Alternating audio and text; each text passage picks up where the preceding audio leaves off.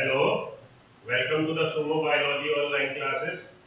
चलिए, हम लोगों ने पहला चैप्टर कंप्लीट कर लिया लिविंग वर्ल्ड। आज हम लोग दूसरा चैप्टर पढ़ने जा रहे हैं। बायोलॉजिकल क्लासिफिकेशन आज चालू करते हैं। ठीक है जी, चलिए।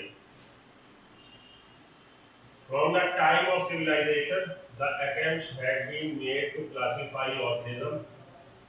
Earlier attempts had been based on uses and beneficial to mankind. Aristotle was the earliest to attempt a more scientific basis for classification. देखिए, यहाँ से आपके दो एमसीक्यू बन सकते हैं। पहली बात तो ये है कि पहले वाले शुरू से हम लोग देख रहे हैं कि अटेम्प्ट किए जा रहे थे क्लासीफाई करने के, ऑर्गेनिजम्स को क्लासिफिकेशन के कोशिश करी जा रही थी। लेकिन शुरू में जो कोशिश करी जा रही थी वो कोशिश थी कि कौन से ऑर्गेनिजम्स ह्यूमन बीइंग के लिए यूजफुल है, कौन से नहीं, इस बेसिस पर क्लासीफाई किया जा रहा है। लेकिन ये क्वेश्चन एमसीक्यू बनता है, आपसे पूछा जाता है कि सबसे पहले साइंटिफिक अप्रोच किसने लगाई? सबसे पहले साइंटिफिक अप्रोच अरिस्टोटल ने लगाई। Aristotle was the earliest to adopt a more scientific basis for classification. तो यहाँ से एमसीक्यू आपका बनता है, मल्टीपल चॉइस क्वेश्चन बनता है कि which was the first scientist who applied scientific approach for the classification of organisms। कि कौन सा था पहला साइंटिस्ट इनमें से जिसने की साइंटिफिक अप्रोच रखी है क्लासिफाई करने की ऑर्गेनिजम्स को? तो आपका आंसर होगा Aristotle. He used simple biological characters to classify plants. Aristotle ने, अरस्तो जिसको हम लोग हिंदी में बोलते हैं, उन्होंने मॉर्फोलॉजिकल कैरेक्टर के आधार पे प्लांट्स को क्लासिफाई किया था, ट्रीज में, श्रब्स में और हर्ब्स में। तो trees, shrubs, herbs morphological character के आधार पे, मॉर्फोलॉजी जिसकी स्टेम की, स्टेम के मॉर्फोलॉजिकल कैरेक्टर के आधार पे उन्होंने ट्रीज, श्रब्स और हर्ब्स में क्लासिफाई किया है प्लांट को। ही also divided animals into two group, those which have read blood and those that did not. उन्होंने एनिमल्स को भी दो ग्रुप में बांटा है, उन एनिमल्स को जिनमें रेड ब्लड है और उन एनिमल्स को जिसमें ब्लड जो है रेड नहीं है। एनाइमा और एनाइमा दो ग्रुप उन्होंने बनाए थे एनिमल्स के, जिनका रेड ब्लड है एनाइमा और जिनका नहीं है एनाइमा। इनाइमा और एनाइमा दो ग्रुप में बांटा है उन्होंने एनिमल्स को, जिसमें ब्लड का कलर जो है रेड है कि नहीं है, इस आधार पर उन्होंने एनिमल्स को दो ग्रुप में बांटा। जिन्होंने अरिस्टोटल ने। चलिए अगली स्लाइड पर चलते हैं। टू किंगडम क्लासिफिकेशन सबसे पहले हम लोग देखेंगे। टू किंगडम क्लासिफिकेशन को, टू किंगडम क्लासिफिकेशन लीनियस ने प्रपोज किया था। Linnaeus classify organisms into plants and animal. Linnaeus ने प्लांट्स में और एनिमल में बांटा। That includes all plants and animal respectively, जिसमें इन्होंने सारे के सारे प्लांट्स और एनिमल्स को रखा। प्लांट्स और एनिमल्स दो ग्रुप इन्होंने बना दिए। क्या बेसिस क्या था? प्लांट्स और एनिमल्स की जो ग्रुपिंग करी है उसका बेसिस क्या था? बेसिस था प्रेजेंस ऑफ सेल वॉल। जो भी ऑर्गेनिज्म में सेल वॉल मिली, इन्होंने उसको उठा के प्लांट्स में रखा है, और जिन ऑर्गेनिजम्स में सेल वॉल नहीं मिली उसको इन्होंने एनिमल्स में रखा। Includes all plants and animals respectively. This system was used till recently. बहुत हद तक, बहुत हाल फिलहाल तक इस सिस्टम को यूज किया जाता रहा। It was easily done and was easy to understand। ये बहुत आसान तरीका था। इसमें खाली यही देखा गया कि सेल वॉल प्रेजेंस है कि नहीं है। अगर सेल वॉल प्रेजेंस है तो रख दिया प्लांट में, और अगर सेल वॉल नहीं है तो रख दिया एनिमल में। In spite a large number of organisms did not fall into either category। ये अपने आप में एक इसकी आसान अप्रोच थी, दो ग्रुप में बांटना ऑर्गेनिजम्स को, प्लांट और एनिमल में, depending upon presence of cell wall और लैकिंग ऑफ सेल वॉल। दो ग्रुप जो बन रहे हैं प्लांट्स और एनिमल्स के, बहुत इजी अप्रोच ये थी, बहुत आसानी से किए जाने वाला था। हालांकि इस तरह की अप्रोच से कई सारे ऑर्गेनिजम्स ऐसे थे जिनको किसी भी ग्रुप में स्थान नहीं मिला। This was based upon the presence and absence of the cell wall in organism.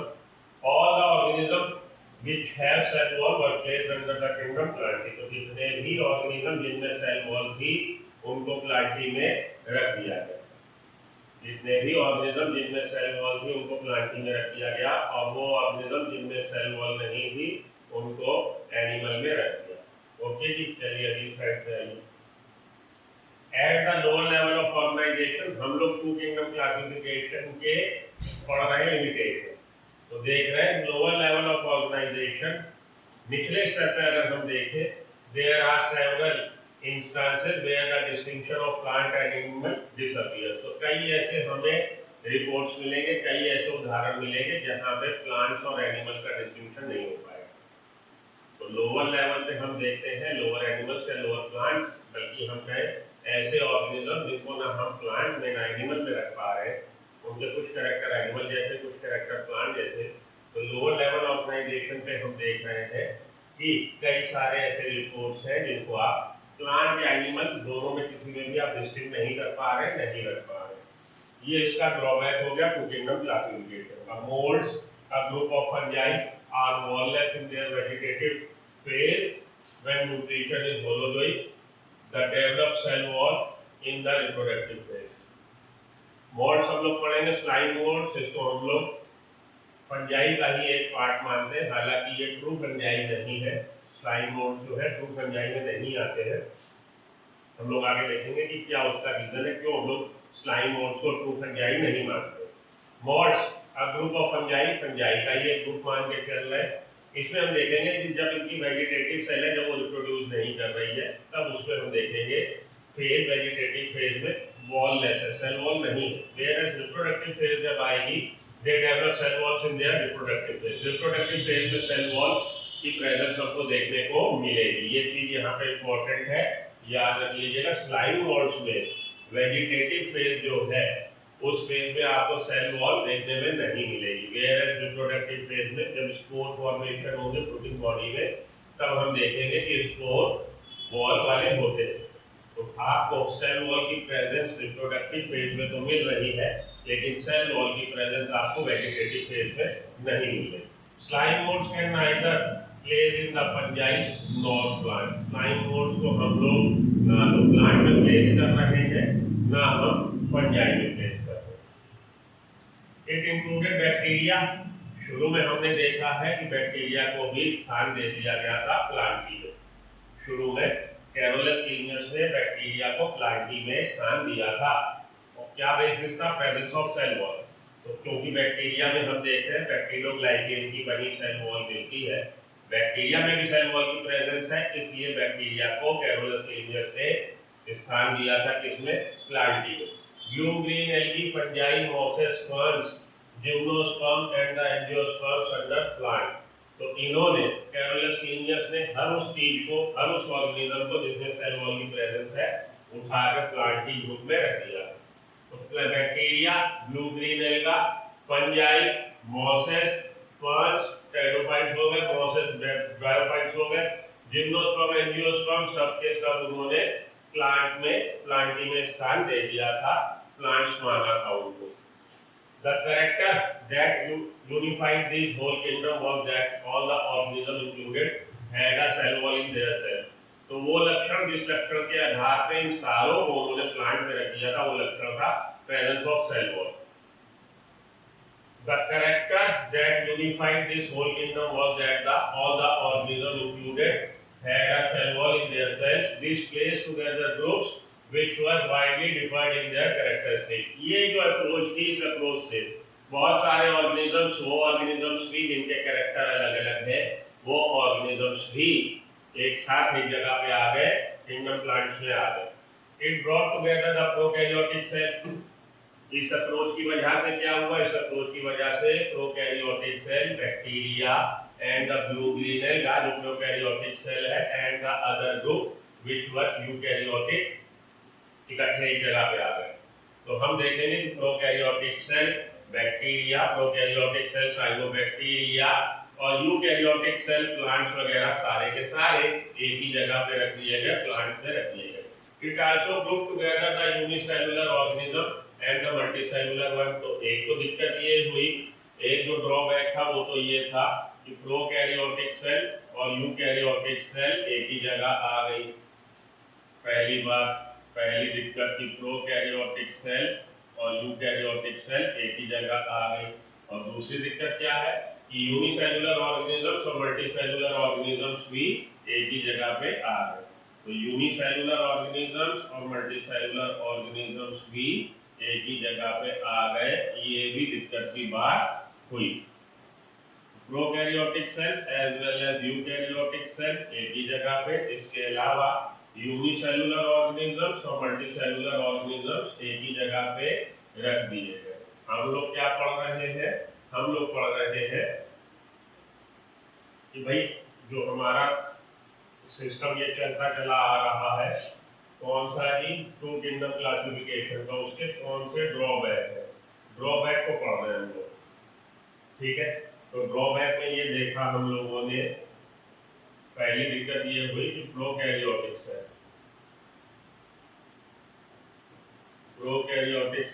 और यूकैरियोटिक ऑर्गेनिज्म सारे के सारे एक ही जगह पे रख दिए गए। दूसरी दिक्कत क्या हुई? दूसरी दिक्कत ये हुई कि भाई मल्टीसेलुलर और यूनिसेलुलर एक ही जगह पे आ गए, एक ही जगह पर रख दिए गए। आगे हम लोग और देखेंगे, एक प्रॉब्लम और होगी। वो क्या प्रॉब्लम है? वो प्रॉब्लम ये है, prokaryotic, eukaryotic, multicellular, unicellular, autotroph और हेटेरोट्रॉफ भी एक ही जगह पे रख दिए गए। एक प्रॉब्लम ये आगे हम लोग देखेंगे, अभी आता है जिक्र उसका भी होगा। तो प्रोकैरियोटिक सेल में आप देख रहे हैं, प्रोकैरियोटिक, यूकैरियोटिक एक ही जगह आ गए, मल्टीसेलुलर, यूनिसेलुलर एक ही जगह आ जाएंगे, और ऑटोट्रॉफिक ऑर्गेनिजम्स और हेटेरोट्रॉफ एक ही जगह पे रख दिए जाएंगे। ऑटोट्रॉफ और हेटेरोट्रॉफ एक ही जगह पे रख दिए जाएंगे। ये दिक्कत हो रही है बहुत ज़्यादा हम लोग को, इस तरह से टू किंगडम क्लासिफिकेशन को फॉलो करते हुए। ऑटोट्रॉफ और हेटेरोट्रॉफ एक ही जगह पे, मल्टीसेलुलर, यूनिसेलुलर एक ही जगह पे, प्रोकैरियोटिक और यूकैरियोटिक एक ही जगह पे रख दिए गए, अगर हम two kingdom classification Carolus Linnaeus को फॉलो करते हैं।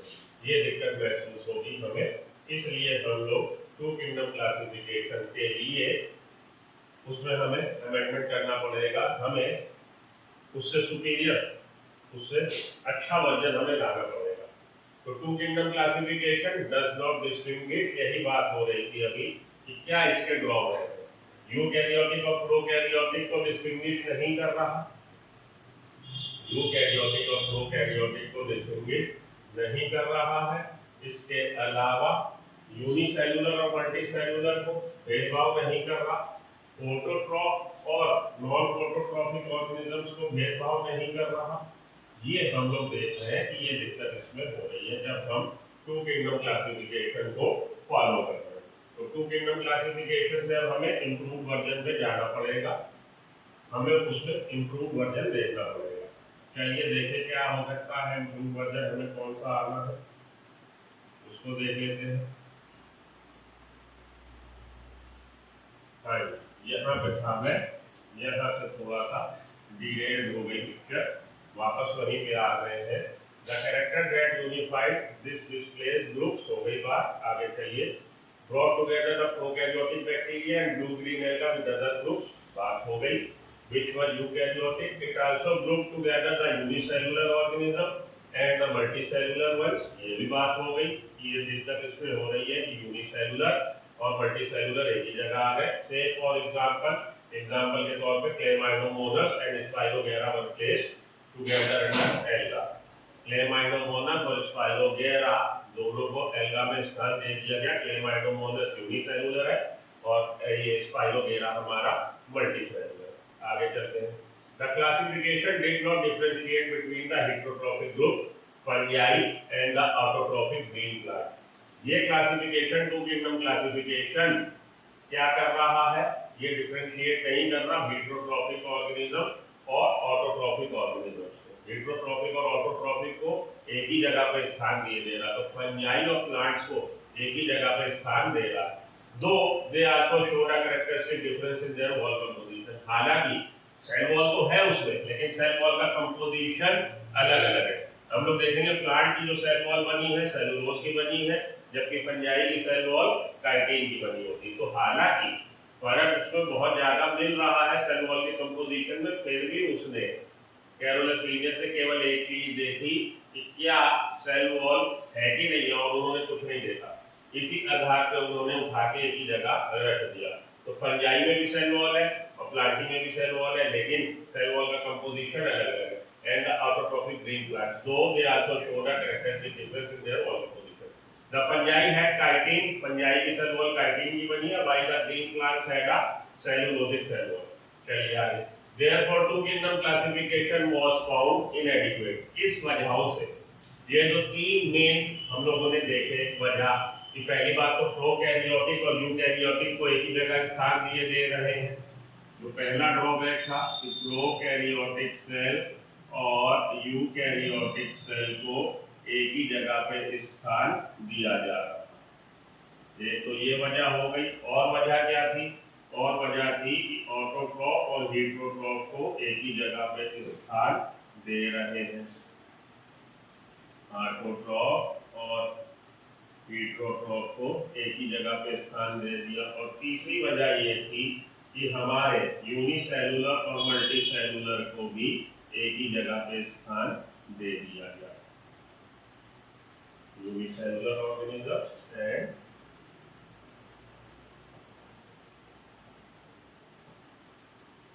मल्टीसेलुलर ऑर्गेनिजम्स को एक ही जगह पे स्थान दे दिया गया। ये दिक्कतें होने की वजह से टू किंगडम क्लासिफिकेशन आज की तारीख में हम देख रहे हैं कि अपने आप में सफिशिएंट नहीं है, हमें उसमें सर्टेन अमेंडमेंट करने पड़ेंगे या हमें बेटर अप्रोच लगानी पड़ेगी ताकि हम और अच्छे से क्लासिफिकेशन को करें। तो टू किंगडम क्लासिफिकेशन के बाद अब अगला आएगा थ्री किंगडम क्लासिफिकेशन, और थ्री किंगडम क्लासिफिकेशन को अब हम लोग देखते हैं। ये सब दिक्कतें जो है, इन दिक्कतों को हम दूर करना चाहते हैं। Therefore, two kingdom classification was found inadequate। two kingdom classification जो था ठीक नहीं माना गया। A need was felt for including besides gross morphology other characteristics also। तो केवल अभी तक हम लोगों ने gross morphology के आधार पे क्लासिफिकेशन कर दिया था। gross morphology का presence of cell wall। अब हम क्या करेंगे?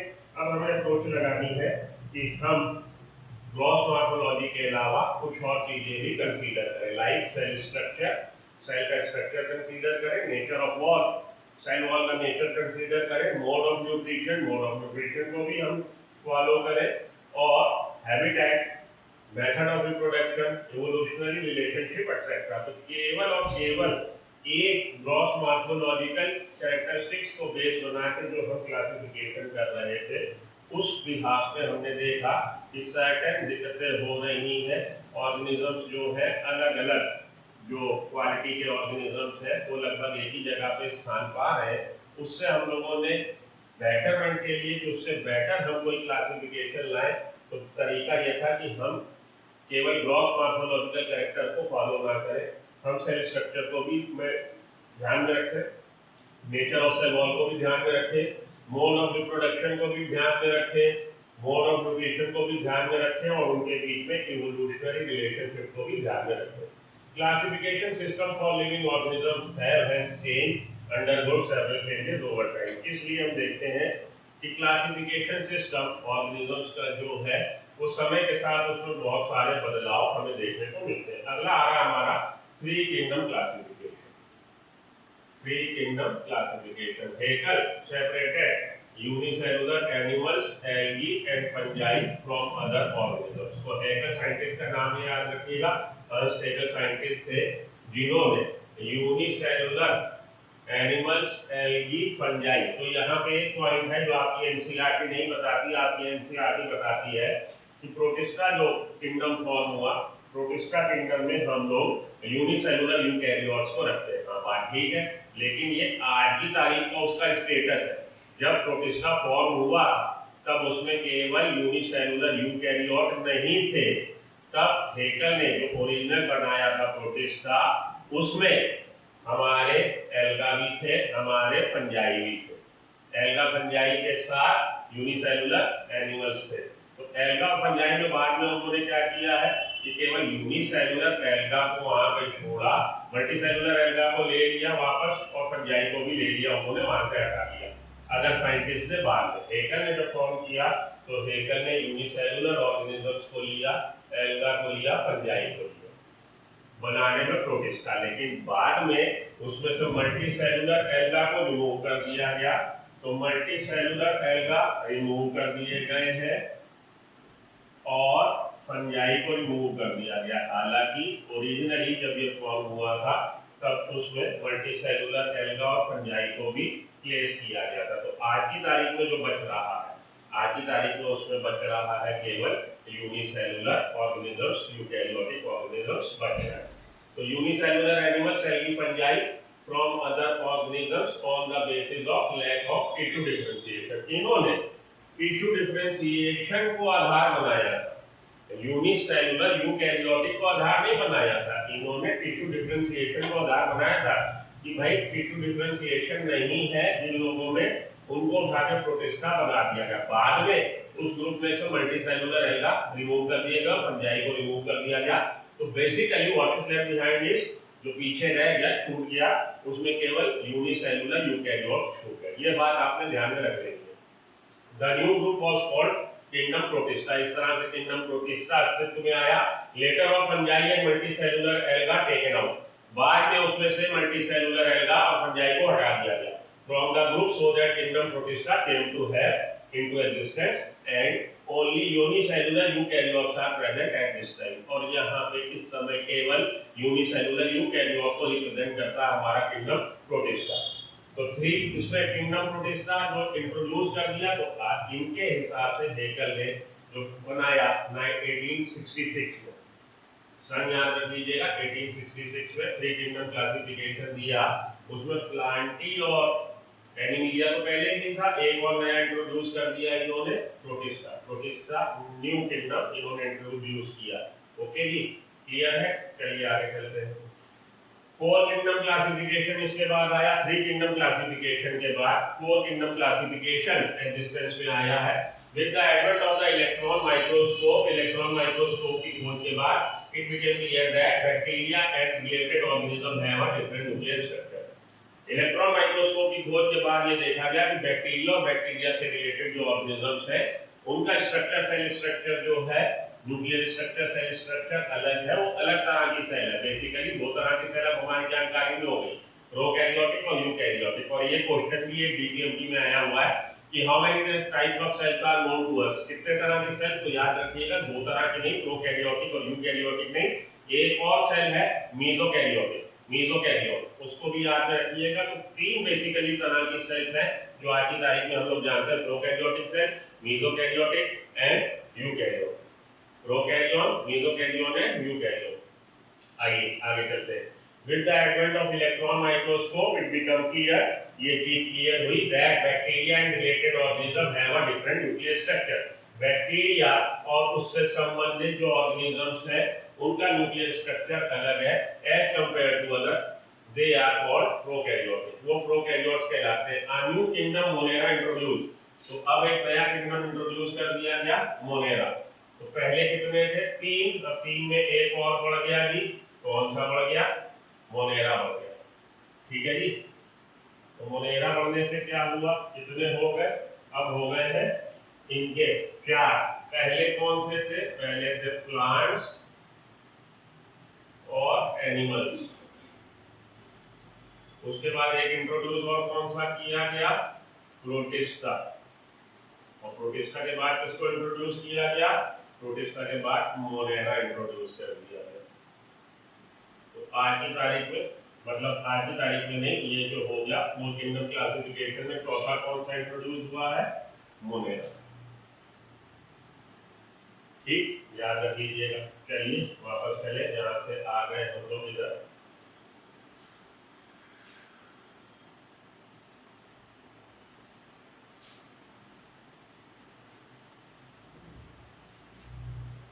हाँ जी, तो 3 किंगडम क्लासिफिकेशन के बाद अब हम लोग देखिए आ गए हैं therefore to kingdom over time। ठीक, आगे चलिए, कहाँ पे थे? 3 किंगडम 4 किंगडम, इस वाले पे थे, 4 किंगडम क्लासिफिकेशन पे थे। 4 kingdom classification, 4 kingdom classification, 4th kingdom कौन सा इंट्रोड्यूस हुआ? Monera. New kingdom Monera introduce. Prokaryotic cells were included in bacteria in इसमें केवल मोनेरा में प्रोकैरियोटिक सेल्स है। Bacteria are the sole member of it और बैक्टीरिया इसके अकेले मेंबर है। फोर किंगडम क्लासिफिकेशन दिया किसने? कोपलैंड ने दिया। किस सन में दिया है? 1956 में दिया। इस बात को ध्यान में रख लीजिएगा। Copeland was the scientist. जैसे कि थ्री किंगडम किसने दिया था? हेकल ने। कब दिया है? 1866 में। फोर किंगडम क्लासिफिकेशन कोपलैंड ने दिया, 1956 में दिया। द फोर किंगडम, अब फोर किंगडम कौन से थे? तो पहले तो वो दो तो चले ही आ रहे, प्लांटी और एनिमीलिया। उसमें थर्ड किंगडम हमारा प्रोटिस्टा और फोर्थ किंगडम हमारा मोनेरा। तो फोर किंगडम में चौथा किंगडम इंट्रोड्यूस कर दिया गया, कौन सा? मोनेरा। चलिए आगे। Although plant and animal kingdom have been a constant under all different systems, the understanding of what groups organisms be included under these kingdoms have been changing. The number and nature of other kingdoms have also been understood differently by different scientists over time. बोल रहा कि हालांकि शुरू से लेके आखिरी तक भले टू किंगडम क्लासिफिकेशन हो, थ्री किंगडम क्लासिफिकेशन हो या फोर किंगडम क्लासिफिकेशन हो, तो समय समय में नए नए क्लासिफिकेशन आते रहे, अप्रोच बदलती रही, लेकिन शुरू से लेके आखिरी तक दो किंगडम ऐसे थे जो हर एक में हर क्लासिफिकेशन में थे, प्लांटी और एनिमीलिया। हाँ, हालांकि टू किंगडम क्लासिफिकेशन में भी प्लांटी एनिमीलिया, थ्री में भी, फोर में भी। तो प्लांटी और एनिमीलिया क्या एग्जिस्टेंस बना हुआ, लेकिन उसके मेंबर्स को हम लोग शफलिंग करते रहे हैं जैसे जैसे हमारी अप्रोच बदली है या सोच समझ बदली है। तो अप्रोच बदलने के साथ और समझ बदलने के साथ मेंबर उसके चेंज होते रहे हैं, लेकिन क्लासिफिकेशन में हम देख रहे हैं कि ये दो किंगडम प्लांटी और एनिमीलिया का प्रेजेंस लगातार बना हुआ है। तो टू किंगडम क्लासिफिकेशन में या थ्री किंगडम या फोर किंगडम में प्लांटी और एनिमीलिया की प्रेजेंस लगातार बनी हुई है, ये बात तो कंफर्म है। हाँ, उनके मेंबर समय समय पे चेंज होते रहे जैसे जैसे हमारी समझ बदलती रही। The understanding of what group और organism be included under this kingdom have been changing. समय समय पे हमारी अंडरस्टैंडिंग बदलती रही तो हम उसको रिवाइज करते रहे। The number and nature of other kingdoms have also been understood differently by different scientist over time. तो समय समय पे साइंटिस्ट इस चीज को रिव्यू करते रहे और उसके मेंबर की शफलिंग करते रहे जैसे जैसे हमारी समझ या अप्रोच बदल रही है कि हमने कैसे इसको व्यू करना है, कैसे समझना है। आर.एच. विटेकर 1969 बहुत इंपॉर्टेंट है, एमसीक्यू यहां से बनता है। आर.एच. विटेकर 1969 में इन्होंने फाइव किंगडम क्लासिफिकेशन दिया और इनके फाइव किंगडम क्लासिफिकेशन में एक नया किंगडम इंट्रोड्यूस किया गया, फंजाई। तो बेसिकली चार इससे पहले तक हमको नोन थे, प्लांटी एनिमीलिया, प्रोटिस्टा, मोनेरा। इन्होंने पांचवा किंगडम इंट्रोड्यूस कर दिया है और पांचवा किंगडम है fungi. The kingdom defined by him were name, इन्होंने जो पांच किंगडम दिए हैं उनके नाम Monera, protista, fungi, Plantae and Animalia. The main criteria for classification used by him, कौन कौन से क्या आधार था, क्या क्राइटेरिया था विटेकर का जो फाइव किंगडम क्लासिफिकेशन प्रपोज कर रहे थे, उसका क्राइटेरिया क्या था, इस बात की बात, दृष्टिकोण क्या था, आइए देखते हैं। The main criteria for classification propose by him include cell structure, thallus organization, mode of nutrition, reproduction and phylogenetic relationship. तो इसको आपने याद रखने का तरीका RCPMT से याद रख लीजिएगा।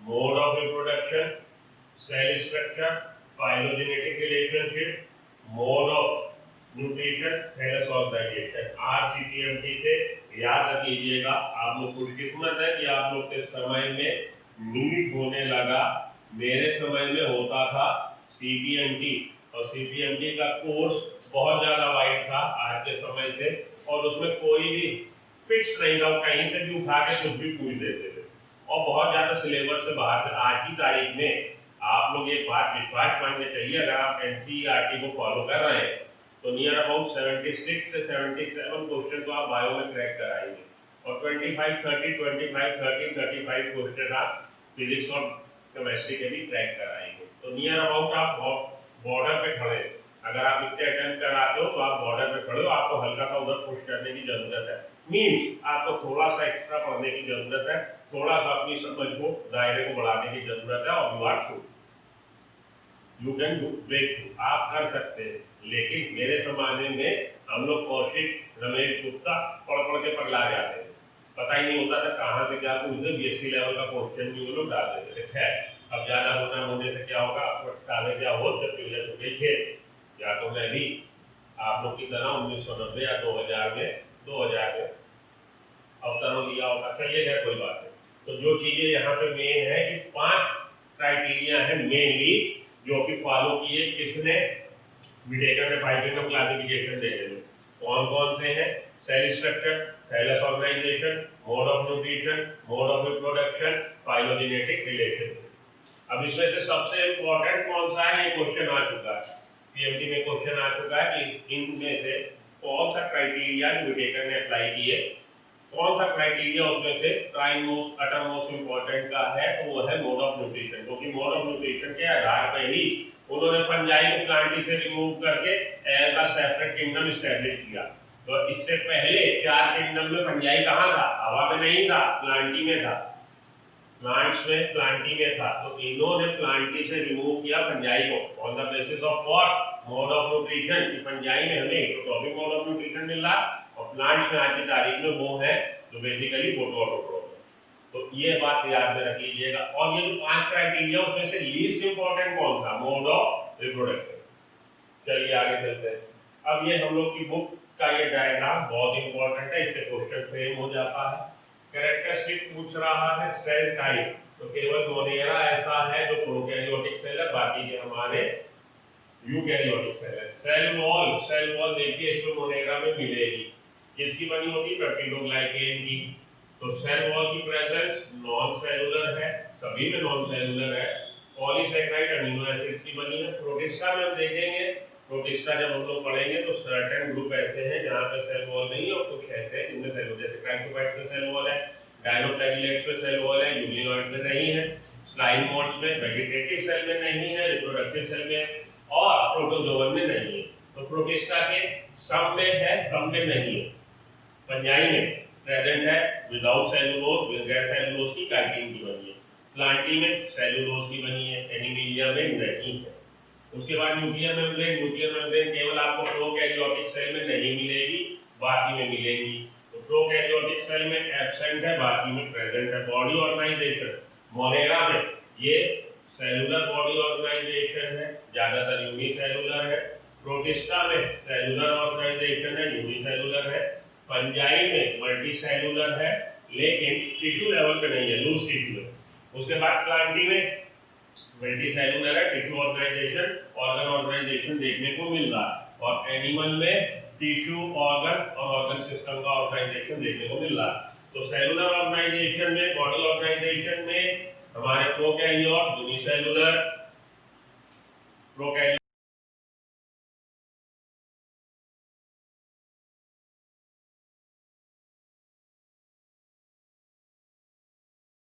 Hello, welcome to the Sumo biology online classes. चलिए हम लोगों ने लास्ट टर्म पे पढ़ रहे थे, हम लोग बायोलॉजिकल क्लासिफिकेशन चैप्टर पढ़ रहे हैं, जिसमें लास्ट टर्म पे हम लोगों ने देख लिया था कि विटेकर साहब ने 5 किंगडम क्लासिफिकेशन दिया और 5 किंगडम क्लासिफिकेशन में हम लोग को कौन कौन से 5 किंगडम मिल रहे हैं, मोनेरा, प्रोटिस्टा, फंजाई, प्लांटी और Animalia.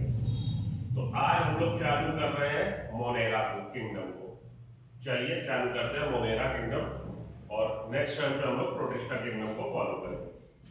Bacteria different shapes, bacteria Monera में हम लोग को प्रोकैरियोटिक सेल मिल रही है। बैक्टीरिया, साइनोबैक्टीरिया, माइकोप्लाज्मा, पीपीएलओ इसके मेंबर है। Bacteria are the sole member, इसमें केवल हमें मोनेरा में सोल मेंबर कौन है, केवल बैक्टीरिया है।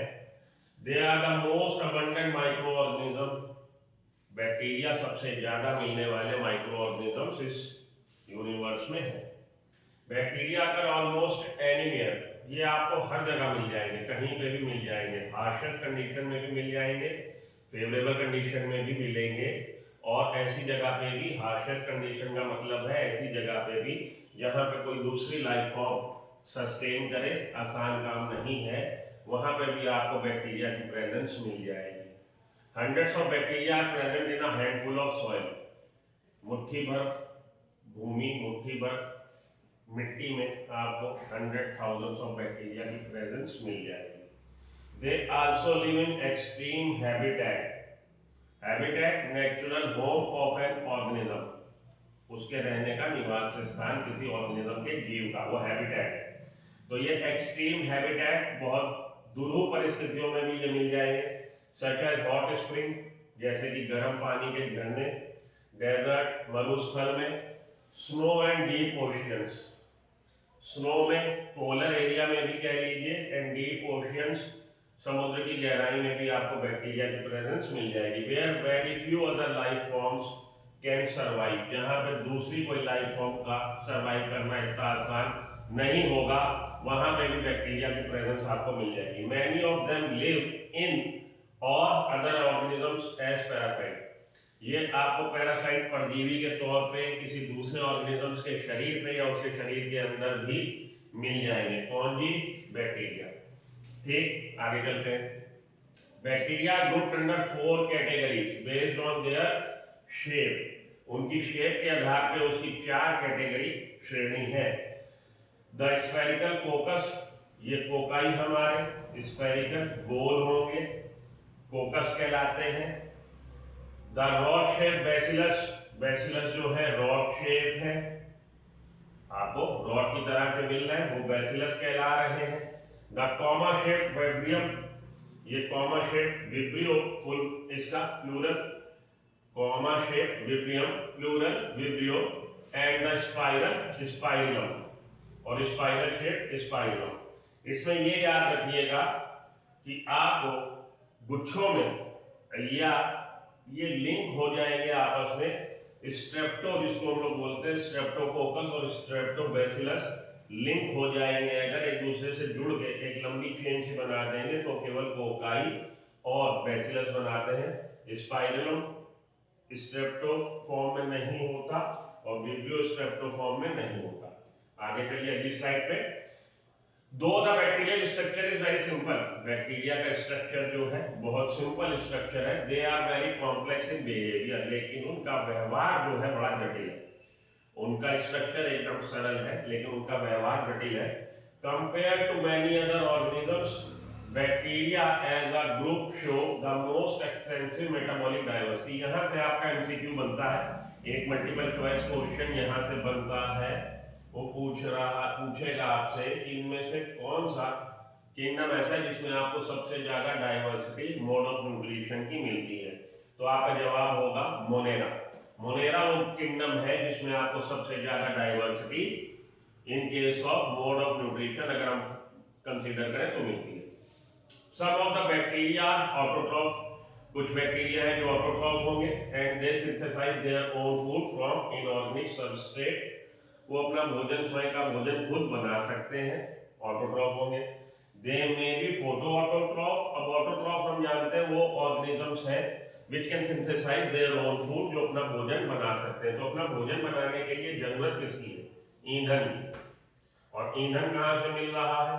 ऊर्जा कहाँ से मिल रही है? या तो ऊर्जा सूरज की किरणों से मिल रही होती है और या ऊर्जा मिल रही होती है केमिकल रिएक्शन से। वो ऑर्गेनिजम्स जो ऑटोट्रॉफ तो है लेकिन अपना भोजन बना रहे हैं सूरज की किरणों की एनर्जी से, वो फोटो ऑटोट्रॉफ कहलाएंगे। और वो ऑर्गेनिज्म जो अपना भोजन बनाते हैं लेकिन भोजन बनाने के लिए ऊर्जा उनको मिलती है केमिकल रिएक्शन से, वो कहलाते हैं कीमो ऑटोट्रॉफ। तो autotroph are further of two type, photoautotroph and chemoautotroph. Photoautotroph are those organisms which can synthesise their own food with the help of energy derived from the solar radiance, solar radiation से जिनको energy मिल रही है। और chemo autotroph जो एक्सर्गोनिक chemical reaction करते हैं, किसी चीज का ऑक्सीडेशन, इनऑर्गेनिक एलिमेंट का ऑक्सीडेशन कर रहे हैं, उससे जो एनर्जी निकल रही है उसकी सहायता से जो भोजन बना रहे हैं वो कीमो ऑटोट्रॉफ कहलाएगा। तो यहाँ पे ऑटोट्रॉफ बैक्टीरिया तो है लेकिन basically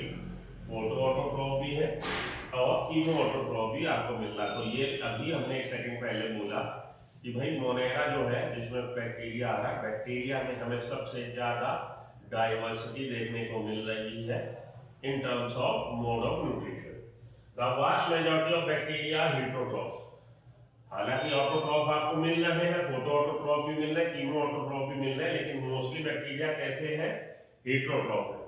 they do not synthesise their own food, वो अपना भोजन नहीं बना पाते, but depend on other organism, और दूसरे ऑर्गेनिजम्स पे डिपेंड करते हैं, सच एज दूसरे ऑर्गेनिज्म पे डिपेंड कर रहे हैं फूड की सप्लाई के लिए, और on dead organic matter for food, या वो सैप्रोफाइट है, डेड ऑर्गेनिक मैटर का डिग्रेडेशन करके अपनी भोजन को प्राप्त कर रहे हैं। आर्कीबैक्टीरिया पे अब हम लोग आ रहे हैं। आर्कीबैक्टीरिया क्या, बैक्टीरिया को फर्दर हम लोग पढ़ेंगे। Archaebacteria, eubacteria and cyanobacteria. Archaebacteria पहली कैटेगरी है जिसको पढ़ने जा रहे हैं।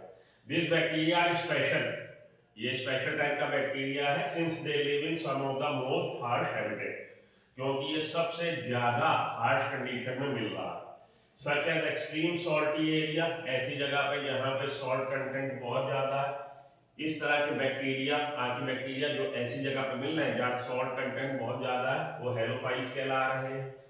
हॉट स्प्रिंग, गर्म पानी के झरनों में, तो वहाँ टेम्परेचर बहुत ज्यादा है। इस तरह के आर्कीबैक्टीरिया जो गर्म पानी के झरनों में मिल रहे हैं वो थर्मो एसिडोफाइल कहला रहे हैं। एंड मार्शी एरिया, और ऐसे बैक्टीरिया जो दलदली इलाके में मिल रहे हैं वो मिथेनोजेंस कहला रहे हैं। तो तीन तरह के आर्कीबैक्टीरिया हैं आपके, हेलोफाइट्स, थर्मोएसिडोफिल्स और मिथेनोजेंस। ठीक ही, तो इसमें हेलोफिल्स आपको कहाँ मिल रहे हैं, एक्सट्रीम सॉल्टी एरिया में, हॉट स्प्रिंग में थर्मोएसिडोफिल, और मार्शी एरिया में methanogens. Archaebacteria differ from other bacteria in having a different cell wall structure. Archaebacteria ऐसी जगह पे कैसे रह लेता है जहां पे आपको दूसरी कोई लाइफ फॉर्म का रहना इतना आसान नहीं है, परिस्थितियां बहुत विकट है।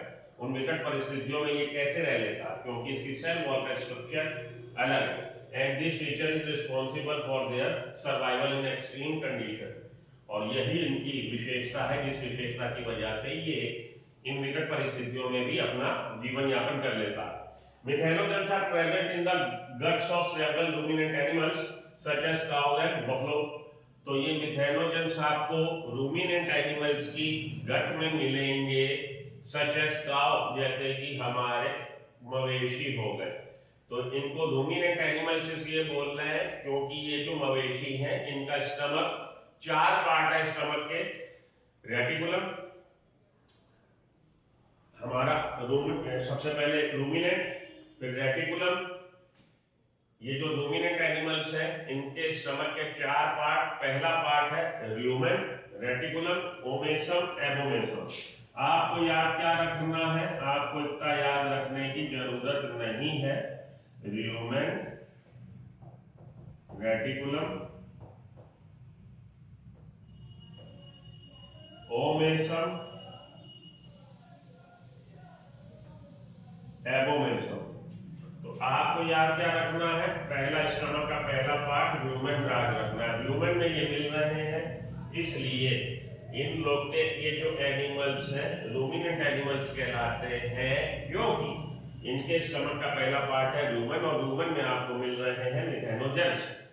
मिथेनोजेंस की सहायता से ये सेलुलोज डाइजेशन करते हैं, क्योंकि ये मवेशी हैं, हर्बिवेशियस नेचर के होंगे, प्लांट ओरिजिन की चीजें खाएंगे। प्लांट सेल को बेसिकली इनकी जो फूड है प्लांट सेल्स है, उसमें सेलुलोज बहुत होता है। सेलुलोज के डाइजेशन में मिथेनोजेंस का रोल है। मिथेनोजेंस सेलुलोज का फर्मेंटेशन करके उसका डाइजेशन करवाते हैं।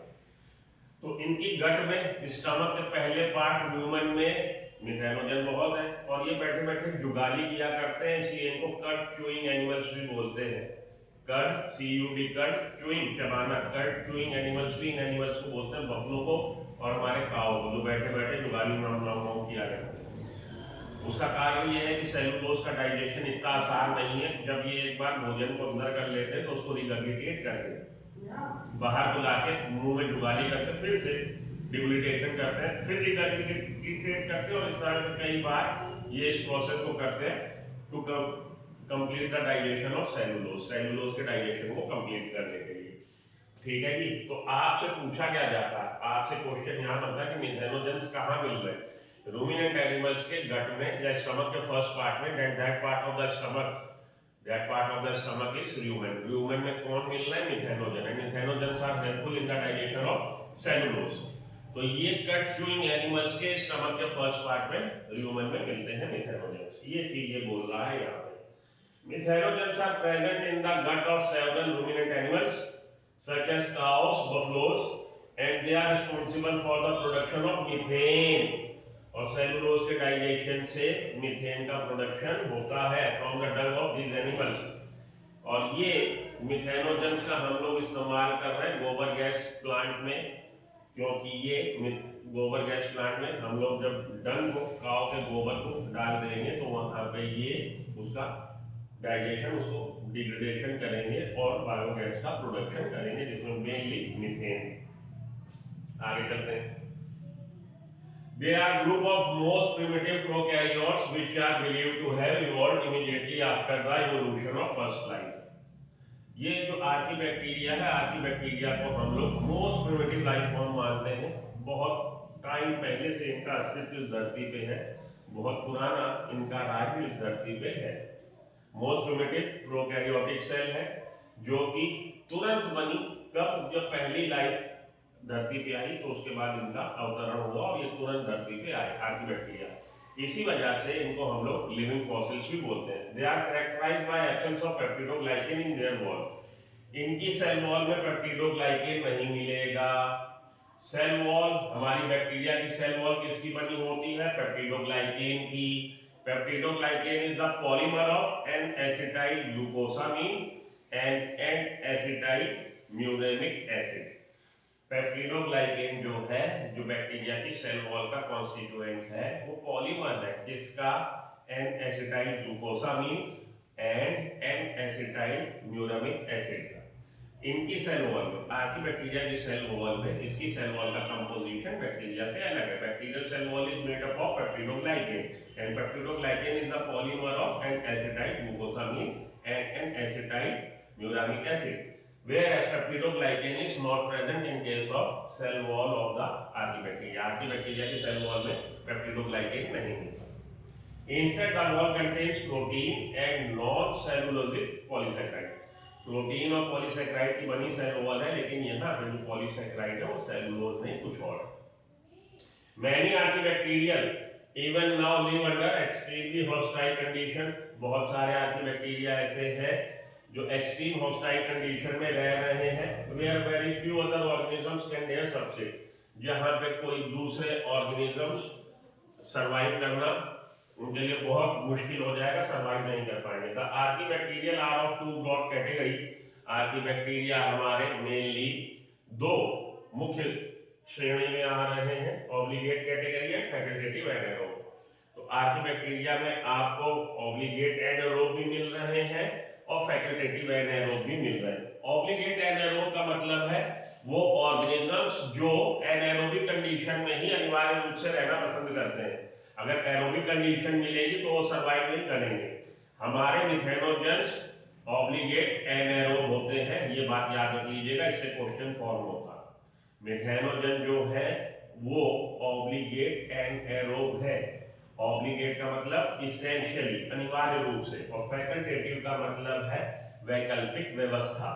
ये जो फैकल्टेटिव एनारोब होते हैं बेसिकली ये एरोबिक है नेचर में, मतलब इनको अपने सराउंडिंग में एरोबिक कंडीशन चाहिए, ऑक्सीजन की प्रेजेंस चाहिए, लेकिन ऑक्सीजन की एब्सेंस में ये एनएरोबिक मोड ऑफ रेस्पिरेशन करने लगे, एनएरोबिक मोड पे चले गए। तो फैकल्टेटिव एनारोब और ऑब्लिगेट एनारोब दोनों तरह के आपको आर्कीबैक्टीरिया मिल रहे हैं। तो मिथेनोजन हमारे ऑब्लिगेट एनारोब होते हैं। क्वेश्चन यहाँ से बनता है, याद रख लीजिएगा। तो इस वाली स्लाइड में दो क्वेश्चन आपके, एक तो ये वाला इंपॉर्टेंट है एमसीक्यू के पॉइंट ऑफ व्यू से कि पेप्टिडोग्लाइकेन, और एक ये इंपॉर्टेंट है obligate anaerobe.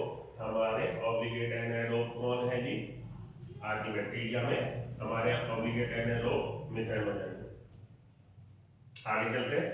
Archaebacteria is of three major type, methanogen, halophile and thermoacidophile. बात हो चुकी है पहले अभी। Methanogen, the archaebacteria strict anaerobe. देखिए ये जो मिथेनोजेंस है स्ट्रिक्टली एनारोब है। पूछा जा चुका है question, nutritionally they are autotroph. From mode of nutrition point of view ये ऑटोट्रॉफ है। Which obtain both energy and carbon from the decomposition product. जो अपना कार्बन भोजन बनाने के लिए कार्बन जो चाहिए, कार्बन का स्रोत क्या है, डिकम्पोजिशन, ऑर्गेनिक मटेरियल का डिकम्पोजिशन जो हो रहा, और एनर्जी का स्रोत वही है कि ये क्या करेंगे, कीमो ऑटोट्रॉफ है, उसका डिकम्पोजिशन करेंगे और उससे अपनी भोजन लेंगे। They occur in marshy area, marshy area में, दलदली एरिया में मिल रहा है, where they convert formic acid and carbon dioxide into methane. ये वाला पॉइंट याद रख लीजिएगा, कार्बन डाइऑक्साइड को इन्होंने मीथेन में बदला है, इसीलिए क्योंकि ये मीथेन प्रोड्यूसिंग है, इसलिए मीथेनोजन, मीथेन जनरेटिंग मीथेनोजन, और इसीलिए ये आपको काऊ डंग में इनकी प्रेजेंस मिल रही है। काऊ डंग में भाई जब उसकी निकले, मतलब अपने ये बफलो ने सुबह सुबह अपना पास किया बचा खुचा जो अनडाइजेस्टेड फूड मटेरियल, फीसेस पास करी, तो फीसेस के साथ ये भी आ जाएंगे काऊ डंग में, क्योंकि ये उसकी गट में मिल रहे हैं। तो गट में मिलने की वजह से काऊ डंग में इनकी प्रेजेंस है, और उसको हम लोग गोबर गैस प्लांट में अगर रख देंगे और एनारोबिक कंडीशन देंगे तो वहाँ पे ये लोग जो बाकी का उसका सेलुलोजिक मटेरियल है उसका फर्मेंटेशन करेंगे और मीथेन प्रोड्यूस करेंगे। वही मीथेन को हम लोग एज अ गोबर गैस यूज कर रहे हैं। And carbon dioxide into methane with the help of hydrogen.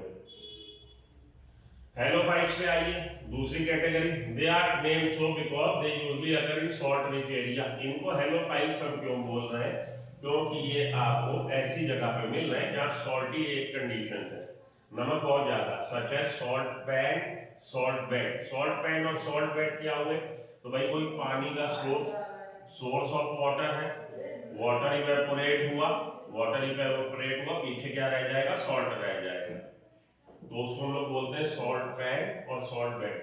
तो ऐसी जगह पे जहां पे वाटर के इवेपोरेट होने के बाद पीछे नमक रह गया केवल, उस एरिया में आपको ये मिल रहा है हेलोफाइट्स, क्योंकि ये सॉल्टी एरिया में भी है, वहां पे सर्वाइव कर जाएंगे salt market. They are aerobic chemoheterotroph. ये ऑटोट्रॉफ नेचर के नहीं है, ये हीटोट्रॉफ है, कीमो हीटोट्रॉफ है और एरोबिक है। वो लोग कैसे थे, हमारे इससे पहले वाले मिथेनोजन एनएरोबिक थे और कीमो ऑटोट्रॉफ थे, ये कीमो हीटोट्रॉफ है, और नेचर में कैसे हैं, एरोबिक। वो लोग स्ट्रिक्टली एनारोब थे। Presence of special lipid in the cell membrane. अब ये ऐसी कंडीशन में सर्वाइव कैसे करते हैं जहां पे नमक बहुत ज्यादा, उसका कारण है कि स्पेशल टाइप के लिपिड इनकी सेल मेम्ब्रेन में है, म्यूसिलेटेड कवरिंग है इनके सेल के चारों तरफ, सैप वैक्यूल है नहीं तो प्लाज्मोलिसिस होगा नहीं, हाई इंटरनल सॉल्ट कंटेंट, और इनकी बॉडी में इनकी सेल के अंदर सॉल्ट कंटेंट बहुत ज्यादा है। तो ये जो आपकी बातें हैं ये आपकी एनसीईआरटी में दे नहीं रखी, और मेरे लिहाज से कोई बहुत ज्यादा इंपॉर्टेंट आपसे पूछा ना जाएगा, मैं जिपमर वगैरह में पूछा जाता था, लेकिन नीट के लिए ये बातें अगर आप याद रखना चाहो, नहीं तो बाईपास कर सकते हो, इसको आप अवॉइड कर सकते हो। आगे चलते हैं, थर्मोएसिडोफिल्स। These archibacteria have dual ability, दो तरह की उनमें क्षमता है, to tolerate high temperature भी टॉलरेट कर लेंगे, as well as high acidity, बहुत ज्यादा एसिडिक कंडीशन भी। तो इसीलिए थर्मो का मतलब टेम्परेचर, एसिडो एसिड, थर्मो एसिडोफिल्स, फिल्स का मतलब लविंग, कि वो हाई टेम्परेचर को भी पसंद करते हैं और एसिडिक कंडीशन को भी पसंद करते हैं, थर्मो एसिडोफिल्स है। They often live in hot spring where the temperature may be as high as 80 degree centigrade. ऐसी जगह पे मिल रहे हैं जहां पे टेम्परेचर बहुत ज्यादा है, 80 डिग्री टेम्परेचर है और pH as low as 2, तो हाईली एसिडिक कंडीशन में भी मिल जाएंगे। Archaebacteria are also known as living fossil. ये क्वेश्चन आपका आ चुका है कि किसको लिविंग फॉसिल हम लोग मानते हैं, आर्कीबैक्टीरिया को हम लोग लिविंग फॉसिल मानते हैं। अब आर्कीबैक्टीरिया खत्म, अब हम लोग आ रहे हैं यू बैक्टीरिया पे। यू का मतलब होता है ट्रू, वास्तविक। There are thousands of different eubacteria और ट्रू बैक्टीरिया, हजारों की संख्या में, हजार बैक्टीरिया है जिनको हम ट्रू बैक्टीरिया कह रहे हैं। They are characterised by the presence of rigid cell wall. उनके चारों तरफ क्या होगी, सेल वॉल होगी रिजिड, पेप्टिडोग्लाइकेन की बनी, और अगर वो मोटाई होंगे तो फ्लैजिला मिलेगा। The cyanobacteria also referred as a blue-green alga have a chlorophyll similar to the green plants and are photosynthetic in nature. इसी में एक और कैटेगरी है साइनोबैक्टीरिया, और साइनोबैक्टीरिया फोटो ऑटोट्रॉफ है, और उनमें जो मिल रहा है हमको फोटोसिंथेटिक पिगमेंट फोटोसेंसिटिव पिगमेंट कह लीजिए, जो फोटोसिंथेसिस करने में योगदान देगा, वो क्लोरोफिल ए है। Chlorophyll a similar to the green plant. Higher green plant में जो क्लोरोफिल ए मिल रहा है वही पिगमेंट इनमें भी साइनोबैक्टीरिया में भी मिल रहा है। ये बात अलग है कि क्लोरोफिल बी नहीं होगा। हायर प्लांट में क्लोरोफिल ए और क्लोरोफिल बी, साइनोबैक्टीरिया में क्लोरोफिल बी नहीं होता। ये क्वेश्चन भी पूछा जा चुका है। तो क्लोरोफिल ए तो मिल रहा है, क्लोरोफिल बी नहीं होगा। साइनोबैक्टीरिया यूनिसेलुलर होंगे, कॉलोनियल कॉलोनी फॉर्म में भी मिल सकते हैं आपको, और फिलामेंटस, और ये फिलामेंट फॉर्म में भी मिल सकते हैं। तो यूनिसेलुलर भी है, कॉलोनी एग्रीगेशन ऑफ सेल्स, और फिलामेंटस भी आपको मिलेगा। मैराइन और टेरेस्ट्रियल, ये आपको एक्वेटिक कंडीशन में भी मिलेगा, जल में भी और थल में भी। तो मैराइन और टेरेस्ट्रियल एल्गा ये है cyanobacteria. The colony are generally surrounded by gelatinous sheath. अगर ये कॉलोनी फॉर्म में है साइनोबैक्टीरिया, तो कॉलोनी के चारों तरफ जिलेटिन की शीट होगी। They often form blooms in the polluted area. ये इंपॉर्टेंट है, पूछा जाता कि वाटर ब्लूम के लिए किसकी ओवर प्रोडक्शन कॉज करती है? वाटर ब्लूम रिस्पॉन्सिबल है। तो साइनोबैक्टीरिया की ओवर प्रोडक्शन वाटर ब्लूम बनाती है।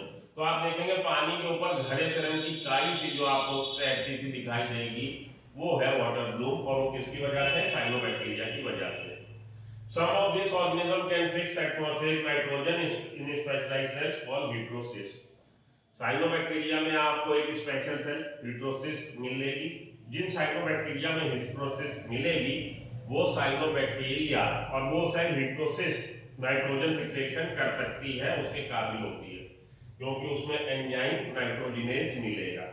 ये हम लोग जब चैप्टर 15 पढ़ेंगे तो इसका और भी अच्छे से डिस्कशन करेंगे। तो नाइट्रोजन फिक्सेशन है क्या? एटमॉस्फेरिक फ्री नाइट्रोजन को अमोनिया में कन्वर्ट करना, that is nitrogen fixation. Some of these organisms can fix atmospheric nitrogen in specialized cell, special cell है जिनका की नाम हेटेरोसिस्ट है, वो नाइट्रोजन फिक्सेशन करेगी। एग्जांपल इसके नॉस्टॉक और एनाबेना। आगे चलते हैं।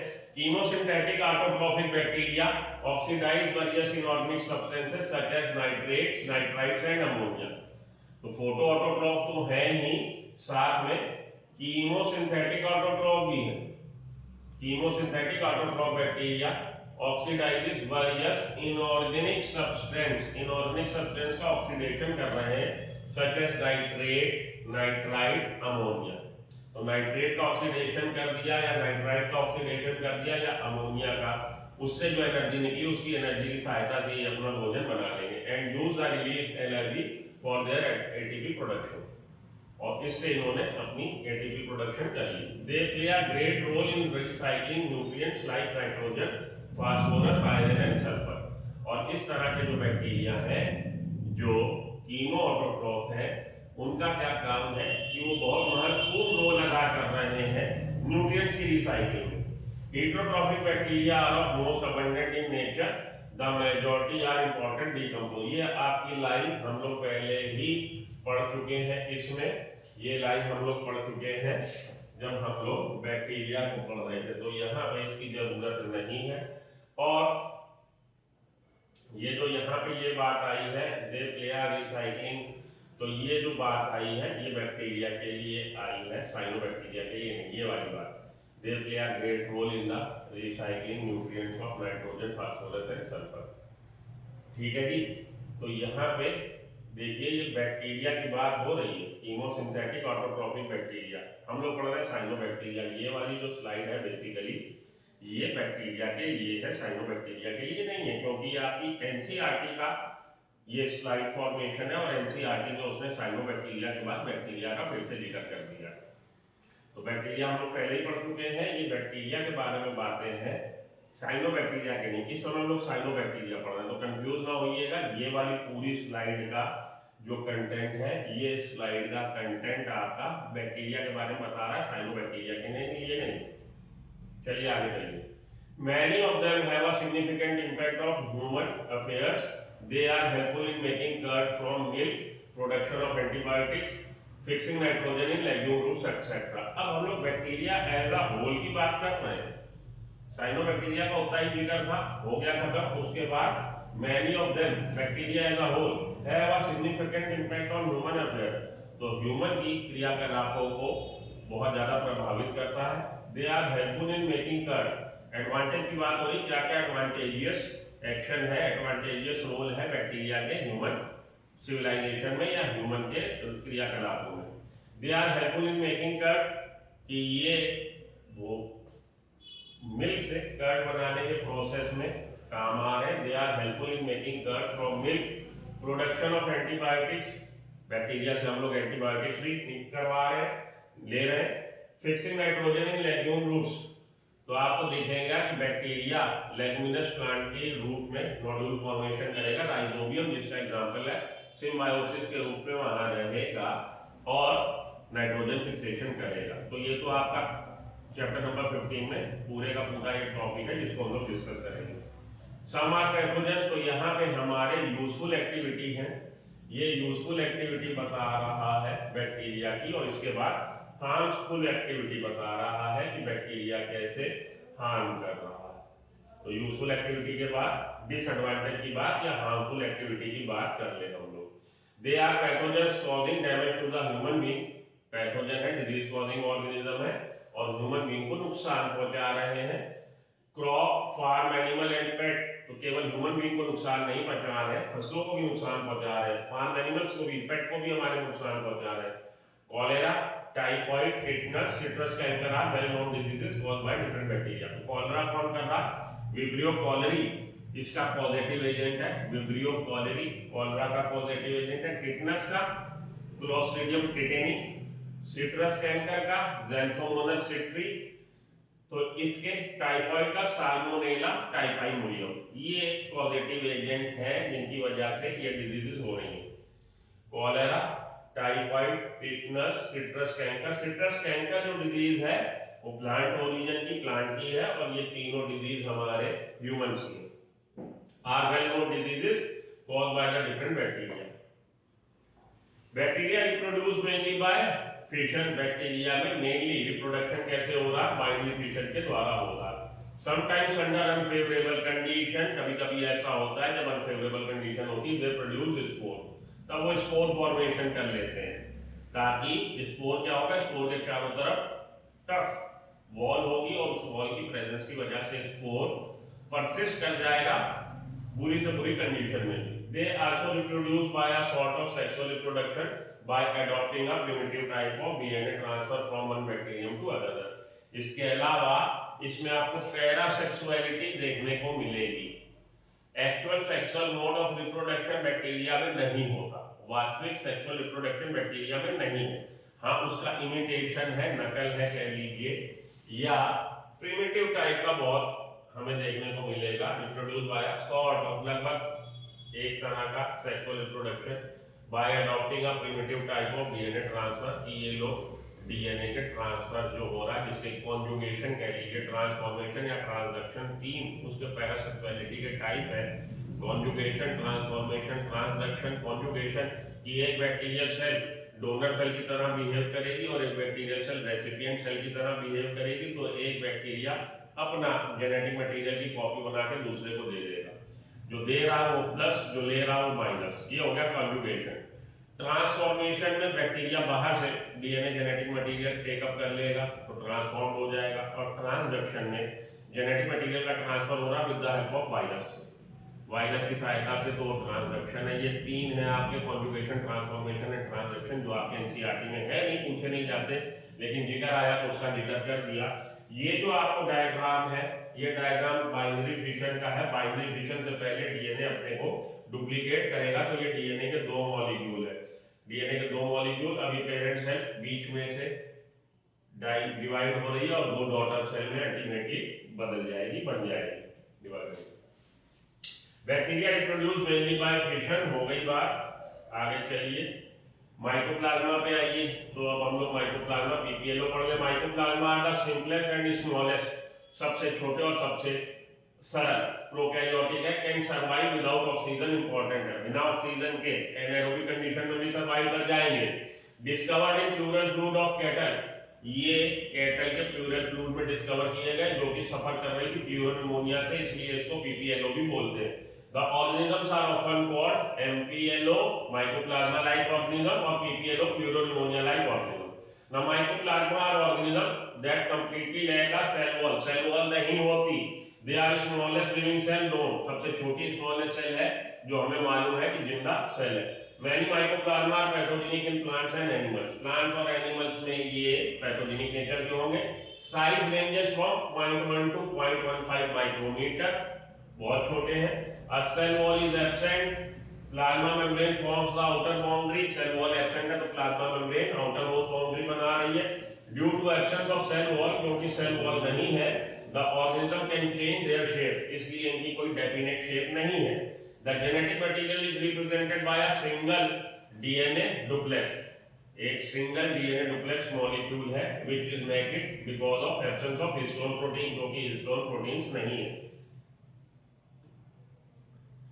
माइकोप्लाज्मा हेटरोट्रॉफिक नेचर की है। Some of them live as a saprophyte, इसमें से कुछ ऐसे हैं जो सैप्रोफाइट की तरह, बट मेजॉरिटी पैरासाइट, लेकिन ज्यादातर परजीवी है प्लांट पे और एनिमल पे। The parasitic habit is due to the inability of most mycoplasma to synthesise required growth factor. ये पैरासाइट क्यों है? क्योंकि ये अपने ग्रोथ फैक्टर नहीं बना पाते, दूसरे पर डिपेंड होना पड़ता है तो उससे लेते हैं, इस वजह से ये पैरासिटिक नेचर के हैं। They mostly produce pneumonia, ज्यादातर केस में डोमेस्टिक एनिमल्स में प्यूरोनिमोनिया डिजीज कर रहे हैं और ब्रिंजल में लिटिल लीव डिजीज को कॉजेटिव एजेंट है।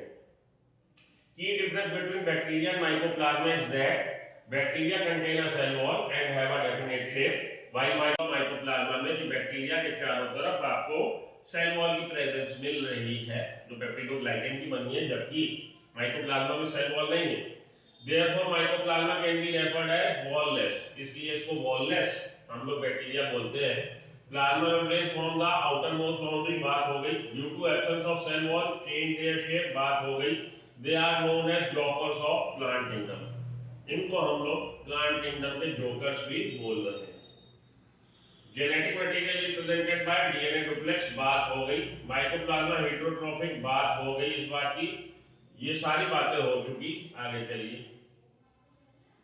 दे मोस्टली, बात हो गई। हाँ, यहाँ पे देखिए इस वाली स्लाइड में ये वाली जो बात है इस पे जरा फोकस कर लीजिए। They are insensitive to penicillin, penicillin antibiotic impact नहीं करेगी। क्यों नहीं करेगी? क्योंकि इनमें सेल वॉल नहीं है और पेनिसिलिन का काम करने का तरीका ये है कि वो सेल वॉल फॉर्मेशन को रोकता है, सेल वॉल फॉर्मेशन नहीं होने देता। तो सेल वॉल फॉर्मेशन नहीं होने देगा, इसमें सेल वॉल ही नहीं है, तो पेनिसिलिन का mode of mechanism, mode of action जो है वो इस पे लागू ही नहीं होगा क्योंकि इसमें सेल वॉल नहीं है। But are sensitive to tetracycline and chloramphenicol, लेकिन माइकोप्लाज्मा टेट्रासाइक्लिन और क्लोरामफेनिकोल के लिए सेंसिटिव है क्योंकि बेसिकली वो मेटाबॉलिज्म को इनहिबिट करते हैं। तो ये क्वेश्चन आपके बहुत आता है कि पेनिसिलिन के लिए सेंसिटिव माइकोप्लाज्मा है कि नहीं है? नहीं है, क्योंकि उसमें सेल वॉल नहीं है और पेनिसिलिन का काम करने का तरीका ये है कि वो सेल वॉल फॉर्मेशन को रोकता है।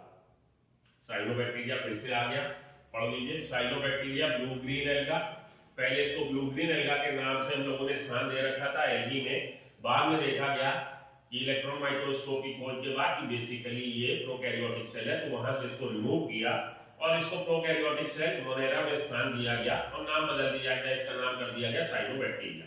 Earlier it was known as by the name of blue green alga, पहले ये ब्लू ग्रीन एल्गा के नाम से जाना जाता था। ग्राम पॉजिटिव फोटोसिंथेटिक प्रोकैरियोट है which perform oxygenic photosynthesis, ये oxygenic photosynthesis करता है। तो देखिए फोटोसिंथेसिस दो तरह की है, oxygenic and anoxygenic. Anoxygenic photosynthesis में oxygen as a by product evolve नहीं होती क्योंकि हाइड्रोजन डोनर वाटर नहीं है। तो हायर प्लांट और साइनोबैक्टीरिया ऑक्सीजनिक फोटोसिंथेसिस करते हैं क्योंकि यहाँ पे हाइड्रोजन डोनर वाटर मॉलिक्यूल है, इसलिए साइनोबैक्टीरिया की फोटोसिंथेसिस में भी ऑक्सीजन इवॉल्व होगी। Photosynthetic pigment include chlorophyll A, carotenoid and phycobilin, हम लोग पहले ही पढ़ चुके हैं कि साइनोबैक्टीरिया में क्लोरोफिल ए मिलता है। Food is stored in the form of cyanophycean starch, food का स्टोरेज साइनोफिजियन स्टार्च के रूप में लिपिड ग्रैन्यूल्स, प्रोटीन ग्रैन्यूल्स से छोड़ दीजिए। Cyanobacteria evolve more than 3 million years back, cyanobacteria आज से करीब 3 बिलियन ईयर पहले अस्तित्व में आए हैं। साइनोबैक्टीरिया मिल कहाँ है? One of the most successful autotrophic organism on earth which have mastered all type of environment, हर जगह मिल रहा है। Most of the successful organism over the earth है। फ्रेश वाटर में भी मिल रहा है, सी वाटर में भी मिल रहा है, सॉल्ट एरिया में भी मिल रहा है, मॉइस्ट रॉक्स में भी मिल रहा है, सी ट्रंक ट्री ट्रंक पे भी मिल रहा है, सॉरी ट्री ट्रंक पे भी मिल रहा है, मॉइस्ट सॉइल पे भी मिल रहा है, हॉट स्प्रिंग्स में भी मिल रहा है, फ्रोजन वाटर, सब जगह इनकी प्रेजेंस है।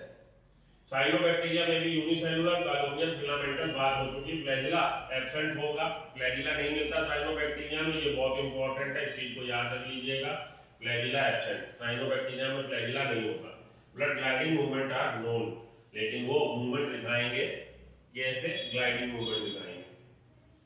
Cell structure, cyanobacteria cells are larger and more elaborate. तो बैक्टीरिया से क्या फर्क है कि ये उससे ज्यादा विस्तृत, ज्यादा सक्षम सेल है, लार्जर है और अच्छी तरह से विकसित है। Cell structure is typically prokaryotic, prokaryotic cell structure होगा। वन एनवेलप ऑर्गेनाइजेशन, हम लोग इसको वन एनवेलप ऑर्गेनाइजेशन बोलते हैं क्योंकि मेम्ब्रेन बाउंड सेल ऑर्गेनेल्स नहीं मिलते, इसलिए बैक्टीरिया को हम लोग वन एनवेलप ऑर्गेनाइजेशन बोलते हैं। With peptidoglycan wall, naked DNA, DNA naked है क्योंकि स्टोन प्रोटीन नहीं है, 70s राइबोसोम्स है, absence of membrane bound cell organelle है।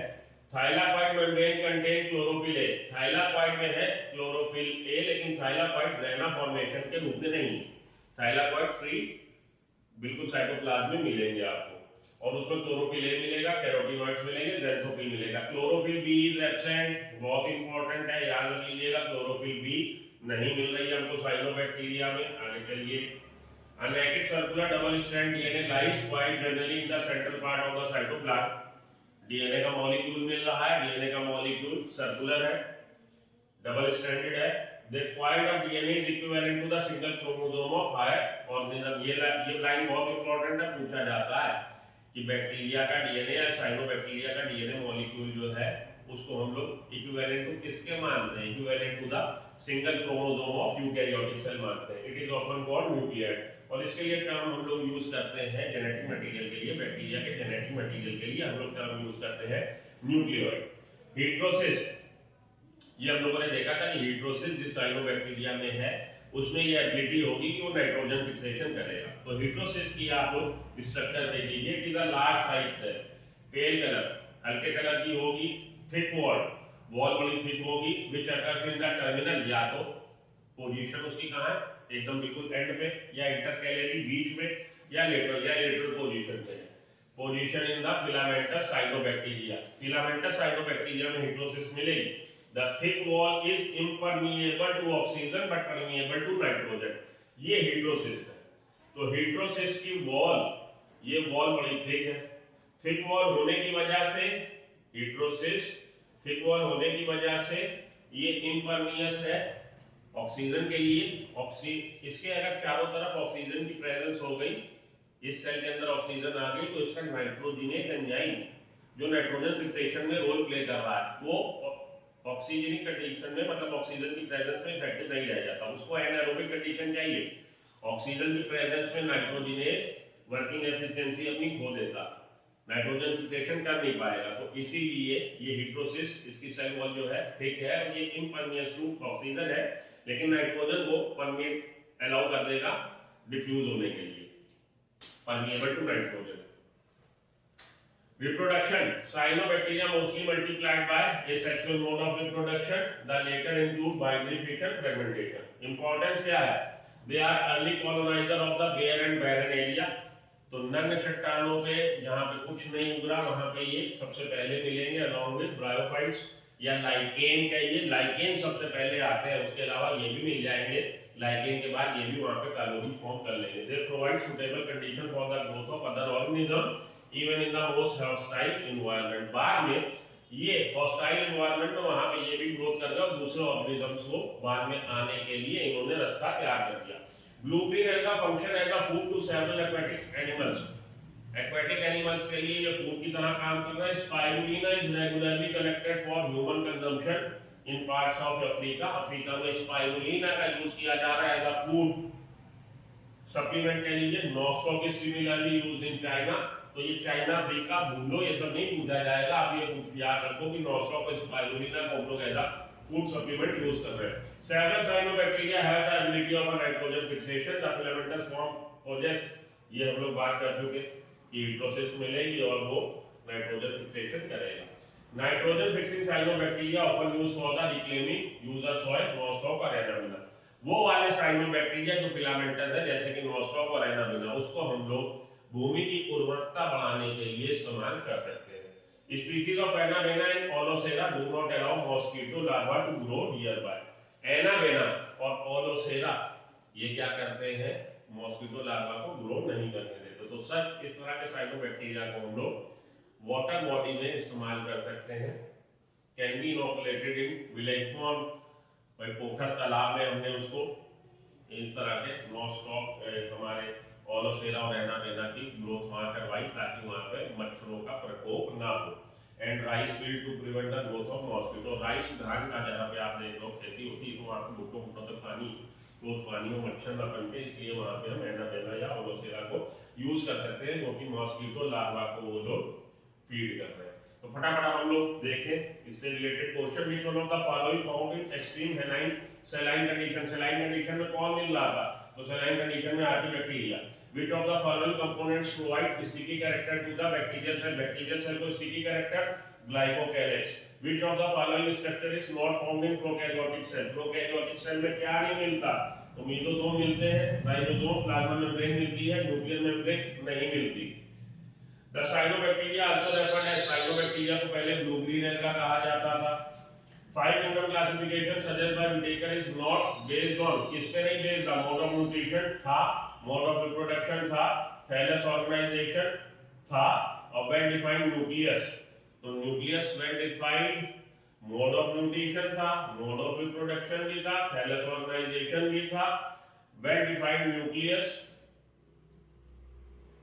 वेल डिफाइंड न्यूक्लियस से कोई मतलब नहीं। In five kingdom classification the main basis of classification is based on mode of nutrition. Main जो इसका 5 क्राइटेरिया, उसमें से main criteria mode of nutrition है, क्योंकि मोड ऑफ न्यूट्रिशन को फॉलो करते हुए ही फंजाई को अलग किंगडम में स्थान दिया गया है, प्लांटी से निकाल के। Nuclear membrane is absent in organism of kingdom, Monera में नहीं होती। The mode of nutrition shown by Protista, तो ये भी प्रोटिस्टा पढ़ा नहीं, हटा दीजिए। In which year Whitaker proposed the five kingdom? 1969 में। The three domain of life system is proposed by Carl Weiss ने। In three domain of life, the four eukaryotic kingdom placed under domain, 4 kingdom किसमें रखे गए, 4 kingdom यूकैरिया में रखे गए। The cell wall of fungi is made up of chitin। Drawback of two kingdom classification, two kingdom classification का drawback क्या, it put together prokaryotic eukaryotic, ठीक। It put together unicellular multicellular, ठीक। Virus put under planting heterotrophic and autotrophic mode of nutrition doesn't take in account, ठीक। तो first second और fourth, first second and fourth, first second and fourth, ये वाला answer आपका हो जाएगा B. चलिए आगे। The spherical shaped bacteria, spherical shaped bacteria क्या थे, कोकाई थे, कोकस। Bacterial cell wall made up of peptidoglycan। Genetic material of bacteria known as, genetic material क्या बोला था, nucleoid. Function of septal mesosome, ये भी हम लोगों ने पढ़ा नहीं, वैसे helps in respiration होता। Ribosomic prokaryotic cells are of 70S type, structure equivalent to eukaryotic mitochondria. Eukaryotic mitochondria के क्या होता है जी, लेटरल मेसोसोम। तो वहां पे सेप्टल मेसोसोम था, एक मिनट चलिए पीछे। Function of septal mesosome, helps in DNA replication, यहां वाला करेक्शन कर लीजिएगा, हेल्प्स इन डीएनए रेप्लिकेशन, और हेल्प्स इन रेस्पिरेशन में lateral mesosome. Structure equivalent to eukaryotic mitochondria, lateral mesosome. The most primitive life form on earth, most primitive life form Archaebacteria। Proteins taken part in the compaction of genetic material in prokaryotic polyamines होती हैं। Which of the two kingdom are present in the 2 of 5 kingdom? कौन से दो हमेशा रहे, Plantae और Animalia हमेशा रहे। At present Chlamydomonas, Chlorella, Chlorella are members of kingdom, Protista के हैं member at present। Amoeba paramecia remove from animalia because, animalia से रिमूव कर दिए because they possess cell wall, They possess cell walls, both are autotrophic, both are unicellular, both are prokaryotic. They both are unicellular. Amoeba और पैरामीशिया को एनीमिलिया से, क्योंकि एनीमिलिया में आज की तारीख में मल्टीसेलुलर ऑर्गेनिजम्स है। Kingdom Monera contains, kingdom Monera में bacteria, most abundant micro organisms bacteria. तो इसके साथ ये मैं यहाँ पे रोकता हूँ। अगले लेक्चर में हम लोग प्रोटिस्टा को डिस्कस करेंगे। आज के लिए इतना काफी। कोई भी आप लेक्चर लीजिए, उसके बाद उसका एमसीक्यू जरूर लगा लीजिए, वो आपके लिए बहुत इंपॉर्टेंट है। उम्मीद करता हूँ आपको पसंद आया होगा। नेक्स्ट टाइम प्रोटिस्टा डिस्कस करेंगे। Till then good luck, goodbye, have a nice day.